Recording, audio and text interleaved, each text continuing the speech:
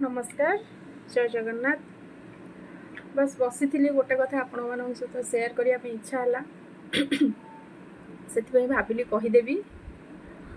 तो लाइफ रे आपन को बहुत लोक मिले जो माने आपन को सही पारु नथिबे। आपन सही पारु नथिबे मीन्स कि आपन जेते जदि किछु गोटे भल काम करदेले इवन भल काम तो छाड़ू जदि किछु गोटे भल ड्रेसटे कि भल शाढ़ीटे पिंधिकी पड़े जिबे सेटा भी से माने देखि परिबेनी। अरे भाई आमे ताले करिबु कोन ताले कोन शाढ़ी कि भल ड्रेस कोन कि पिंधि परिबेनी।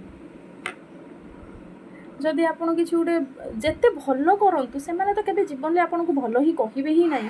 तांको मतरे सबुठारु खराब लोक होचंदी आपन। आपन जणी किछि करि ही न थांतु किंतु आपन होचंदी खराब।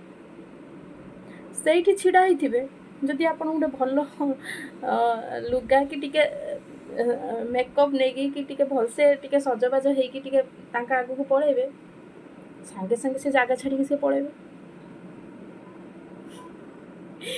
कौन पाई एमती। आज्ञा दुनिया बहुत आग को गलानी। आपन निजे निजक टिके परिवर्तन करंतु। बस पदे कथा आज्ञा पदे कथा भलरे क्या पदे कथा कहतु। आज अच्छा काली कौन हो कहीं भी जानी ना। तेणु कौन दरकार क्या हिंसा बाद करके कौन पाइबे आज्ञा। आप सी पिंधु ठीक अच्छे सी पिंधु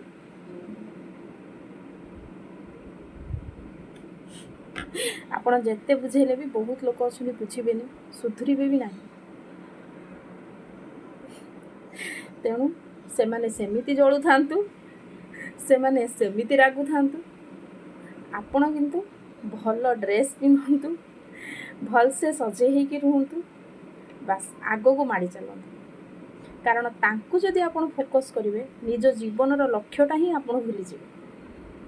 तेणु आग को माड़ी चलतु तांको कथा किसी भावंतुनी तांको कथा भगवान ही भाविबे तांको ऊपर छाड़ी दियंतु। बस मो कथा जदि आपको भल लगी निहाती कमेंट रे जणाइबे आज्ञा।